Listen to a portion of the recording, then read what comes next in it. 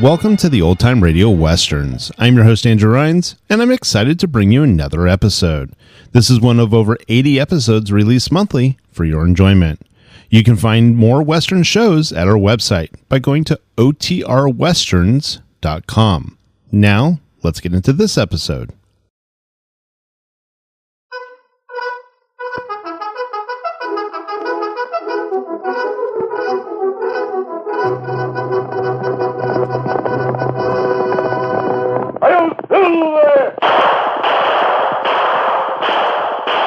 A fiery horse with the speed of light, a cloud of dust, and a hearty hi-yo silver, the Lone Ranger.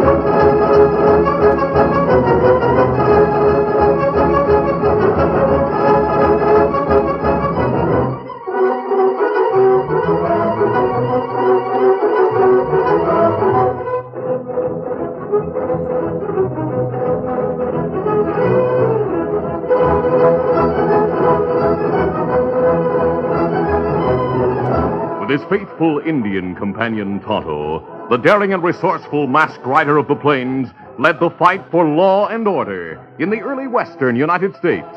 Nowhere in the pages of history can one find a greater champion of justice.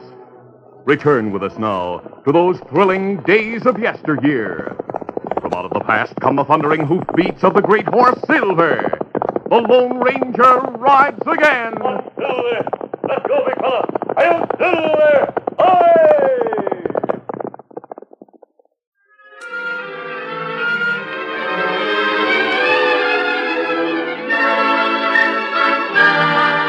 Cafe owner Clay Duval was a good man and a churchgoer. When the new minister, Reverend John Mitchell, was forced to hold services in an old store, Duval made a decision. We're going to build the Reverend a church right here in Palemos. That's what we're going to do. Andy Burton, who acted as chief handyman for Duval, suffered from mental lapses caused by an injury in battle with the Indians, when years ago he had been the best scout and Indian fighter in the territory. He was the one who drove Duval in a rig to all the ranch houses and farms around the hilled-in town of Palemos. And at these houses, Duval outlined a plan which he delivered as an ultimatum. We're going to build a church for the Reverend. We're going to do it quick. All the money I take in for a week in my place is going into a fund. Now, I'm asking all you people to sell a few heads of stock, some of your farm goods. We'll hand all the money over to the Reverend. I'm going to count on you to help do it. The fundraising campaign was a success, and a day called Collection Day was set aside for accepting the funds of all contributors. Before mid-afternoon on Collection Day, Clay Duval, talking to some of the men in his cafe, told them, We've collected $4,000 so far. Before the day's over, I'm betting we have 3 times that much. That's good, huh? I wouldn't be surprised when I go to the bank in the morning if I had $15,000 to put in there. Most of the ranch money hasn't come in yet, but Two of the men who heard Duval's words were Red Oldham and Rico Grimes.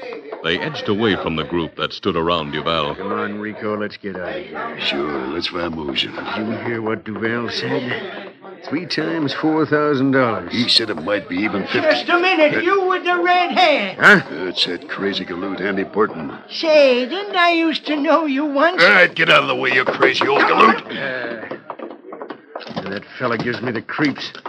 He's always asking me if he knows me. Well, maybe he does. They say he's been out here longer than anybody else. You think maybe... I think maybe we better get out to the ranch and see the boss. Come on, get up. Get up.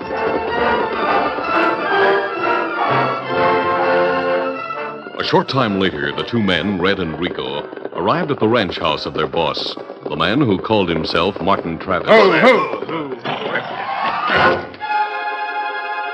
They told him of the money that was being taken in on church collection day. And Boss Duval says he'll have maybe as much as $15,000 by tonight. He's going to take it to the bank in the morning. We heard him say that. Meaning he'll probably leave it in his safe overnight. We'll make sure he puts the money in the safe first. And when we know that, well, don't worry. I have ideas.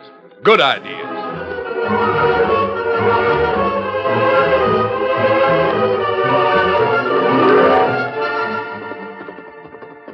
Later that same evening, shortly after midnight, Red Oldham galloped his horse away from Palemos. West of town, away from the main road, he met with Martin Travis and Rico Grimes, who had been waiting in the underbrush. Oh, boy. I couldn't get here sooner. They collected money right up to 12 o'clock. How much did they get? I don't know, but it was a lot. Duval put it away and says he's going to close his place at 2 o'clock. So's everybody can get up early and be on hand when he turns over the collection money to Reverend Mitchell. Yeah, that is a laugh, Rico. Yeah. Red, you did all right. Now the rest is up to us, Rico. Don't worry. I know what I have to do. I have a fuse all ready. Just help me get these 2 cans of oil across the cantle of my saddle. Yeah, I'll help you. Whose place you going to burn? George Rivera's. But let's get Rico started. The sooner we do this thing, the better.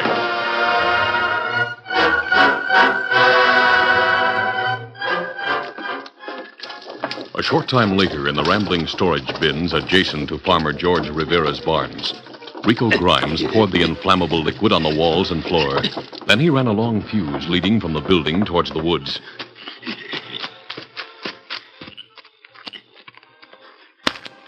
He struck a match and placed it against the end of the fuse. When he was sure the fuse was burning, he returned to his horse, mounted, and galloped back to his waiting companions.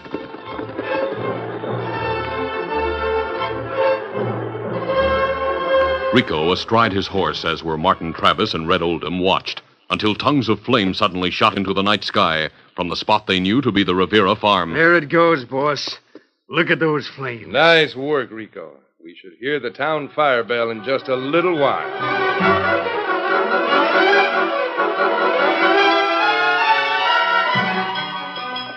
The men inside Clay Duval's cafe responded to the alarm at once, running into the street and heading for their horses and the scene of the fire. Joining them was Clay Duval himself. He stopped at the door of his office before taking leave and spoke to Andy Burton. Andy, you stay here and watch out for the safe. Pedro, you stay here, too. Si. I'm going to fire with the other men. You watch out for the cafe. Andy's taking care of the office. Si, Senor Duval. I keep good look for things, you bet. Hidden by the trees and underbrush, the 3 crooks, Red, Rico, and Travis, watched as riders singly and in groups galloped past on their way from town to fight the fire. Well, that must be nearly everybody. Now, wait. Here comes another rider. It's Duval. Yeah, that's Duval. You can tell his horse easy. Allie's gone. Now let's get to town. We'll go by the back trail and make it fast. Come on, get up!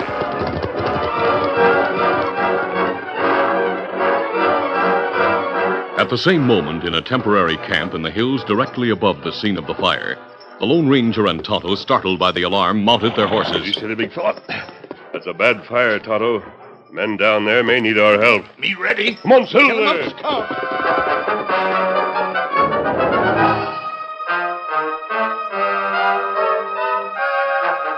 In town, the 3 crooks entered the rear door of Clay Duval's cafe, the door that led to the owner's office. They wore bandanas across their faces. Travis led the way. Now, the lights are on, so be careful. Yeah. I'll close the door, Red. You cover the door that leads to the cafe. You varmint! Hey, what?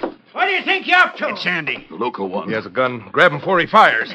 I'll shoot the lot of you. Take off that bandana. Rico.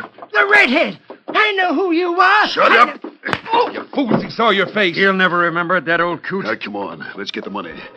Boss, get to work on the safe.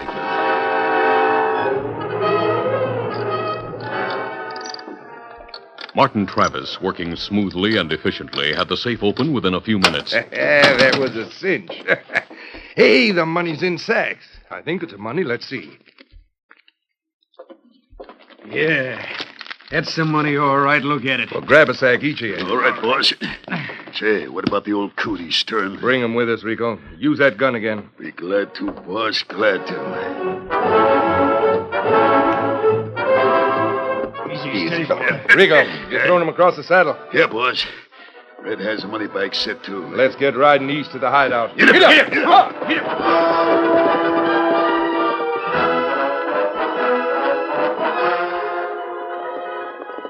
The Lone Ranger and Tonto neared the scene of the diminishing fire and dismounted. They could see men fighting the flames, and they began to walk toward them. But a man carrying buckets of water saw them. He dropped the pails and drew his gun. Get your hands high there and stand right where you are, both. You're making a mistake, mister. You're the ones that set fire to my place, that's who you are. Start walking over there to the sheriff. I assure you, we have nothing to do with the fire. We came down from our camp in the hills to help fight it. I said walk. Now do it or I'll plug you. Go on and keep them hands up.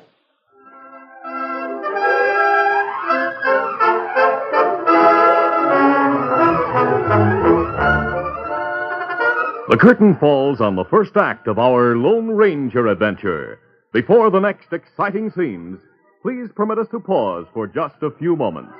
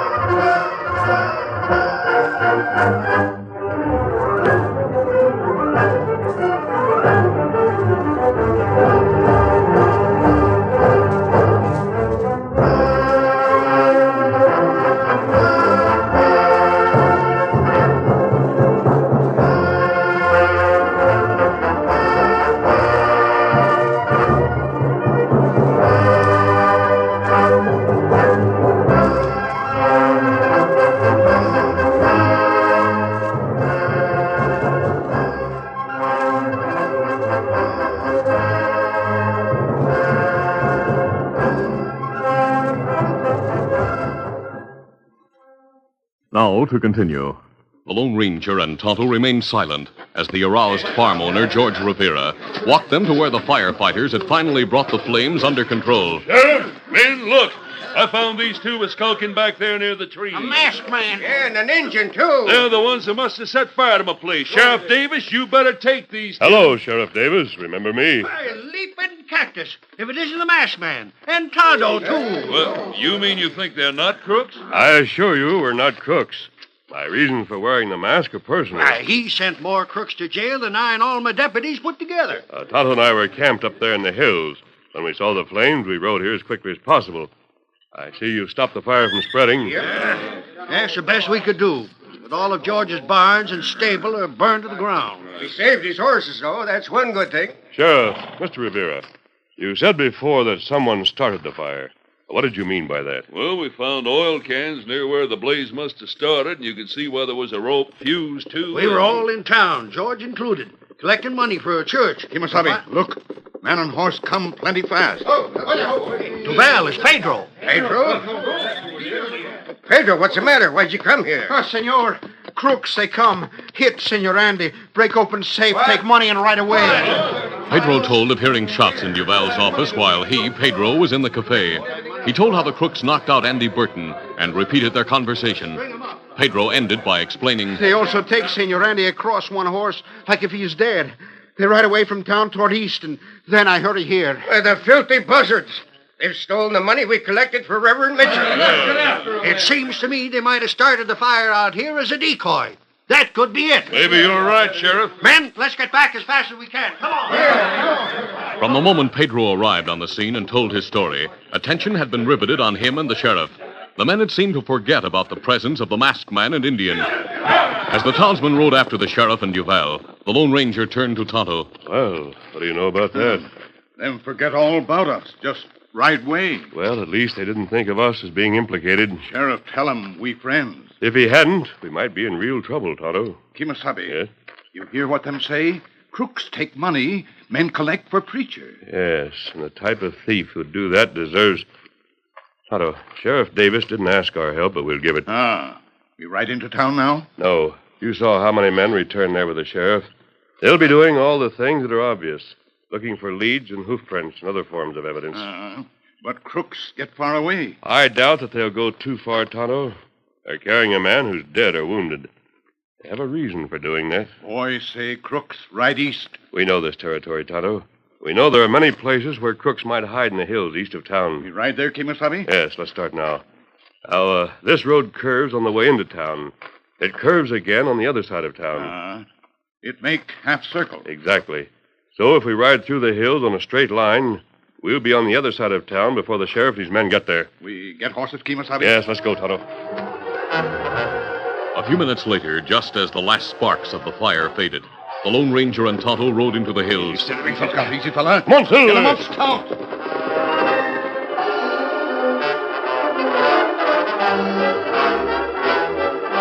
The Lone Ranger had guessed rightly. Martin Travis, Red Oldham, and Rico Grimes had taken the unconscious Andy Burton and the money bags to one of the caves east of Palemos, in the hills where the masked man and Indian were starting their seemingly futile search. The crooks gathered near a lighted lantern, counting the contents of the money bags before dividing the loot, and did not see the old Indian scout begin to regain consciousness. Boys, it looks as if there might be more money here than we thought. Give me that other bag, Red. Yeah, sure, boss. Here, yeah. There it was. Andy Burton's brain may have been dim, but his instincts were still keen. The tricks of his craft as scout and fighter were deep within him. So now, awake and aware of his plight, he pretended still to be unconscious. He let his right hand move slowly along the ground until it came in contact with a large stone. He gripped this tightly. Then he opened one eye and moved his head until he could see the scene around the lantern. Then, silently and imperceptibly, he inched back into the darkness. Suddenly, he heard the redhead's voice. Hey, the old guy. He's moving. Andy leaped to his feet and threw the rock at the lantern. The rock hit Rico, who staggered back as his gun went off. His body bumped into the lantern, which crashed to the ground and plunged the cave into utter darkness. Andy could hear the cries of consternation from the crooks. As he ran toward the opening of the cave, the moonlight bright outside. Shots from inside whizzed around his head. As silhouetted against the opening, he dived into the underbrush outside. Got to get out of here. They catch up with me. I got to get out of here. Varmints, they're outside now. Must have seen me run in here.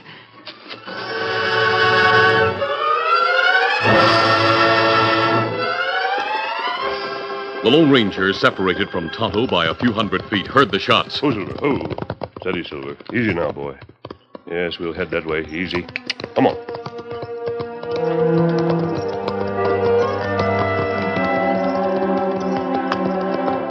Oh, easy, steady. Kimasabi, you all right? Yes, Tonto. That wasn't you firing? No. Shot come from over. Listen, that come closer. Here comes someone through the brush. All right, you, get your hands up. I'll shoot if you move. Don't me. Don't shoot. Light your lantern, Tonto. There, Kimasabi. Don't shoot. Andy Burton. Tonto, this is Andy Burton. Maybe crooks see light. He put out lantern. There, it's out now. Crooks will kill me. Stay down low. Move over this way. Andy, I know you. I think you'll know me when you see my face in the light. I'm your friend. Listen to me. I hear you. I remember you. Saw your mask just now. Andy, I hear you. It's no use. You can't get away. Where are you? Tell him where you are. Then move fast. Go on. Tonto, here. Don't shoot. I'm over here. I have no gun. That's it. Rico, over this way. You hear me? He's over here. We hear you. Come on, Travis. I have no gun. Andy, it's no use. I'll get you. Ready, Tonto. Red Oldham pushed through the brush following the sound of Andy Burton's voice. As he did, Tonto rose from the darkness and grabbed him. And the Lone Ranger's gun crashed down on the crook's skull. Good, there's two more. Here they come. Red, where are you? I'm over here. I can't see where... Once more, Tonto grabbed, but before the Lone Ranger swung, Rico shouted, Travis, watch out! The Lone Ranger hit Rico as Travis fired blindly from a few paces back. The Lone Ranger fired at the spot where he'd seen the flame from Travis's pistol. My arm! I'm shot! That got him. Tonto, you look after that man. Andy, are you all right? Say, I sure am. You got 'em all, the three of 'em. It is just like the old days it was. Never seen anything like it. But, Andy, tell me, are these the three men who stole the money from the office of a man named Duval? Yeah. Light the lantern again so we can see better. This moonlight's not enough. Me light lantern. You know, I think they hit me so hard tonight that I'm starting to think right again. I'm remembering things. Yeah, they took the Reverend's money, the crooks did. The way I remember, I tried to stop them.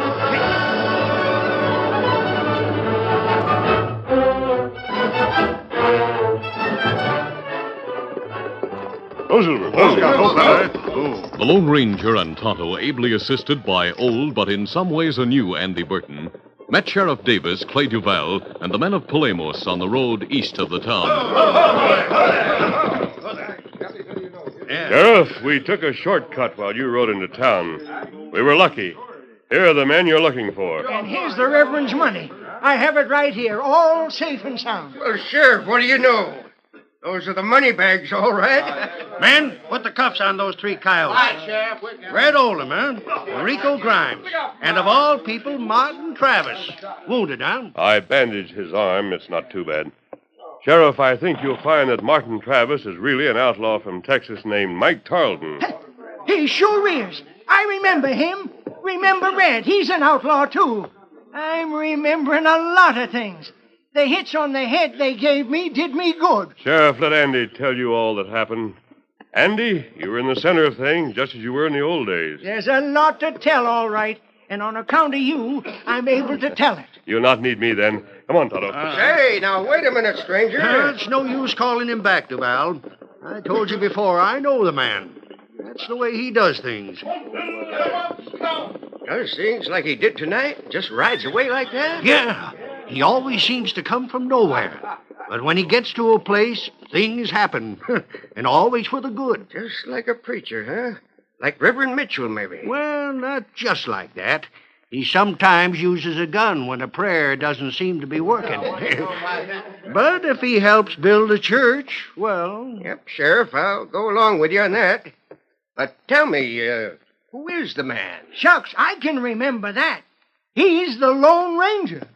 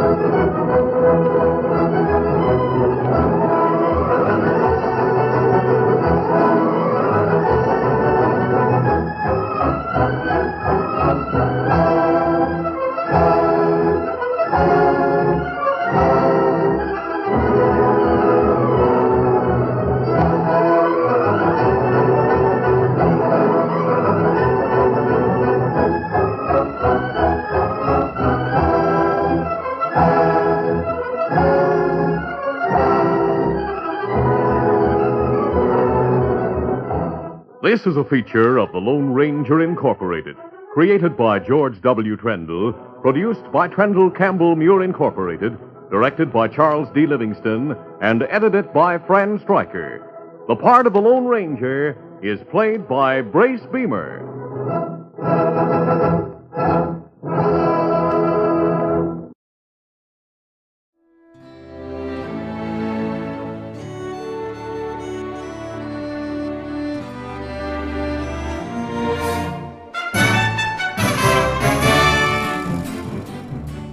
This has been a presentation of OTRWesterns.com, and we hope you enjoyed. Please take some time to like and rate this episode within your favorite podcast application. Follow us on Facebook by going to OTRWesterns.com/Facebook, and subscribe to our YouTube channel by going to OTRWesterns.com/YouTube. Become one of our ranch hands and unlock some exclusive content. We want to thank our most recent ranch hands, Steve and Ron W., who joined us recently. You too can join by going to OTRWesterns.com/donate. Send us an email, podcast@OTRWesterns.com, and you can call and leave us a voicemail, 707-986-8739. This episode is copyrighted under the attribution non-commercial share-alike copyright. For more information, go to OTRWesterns.com/copyright. Have a great day, and thanks for listening.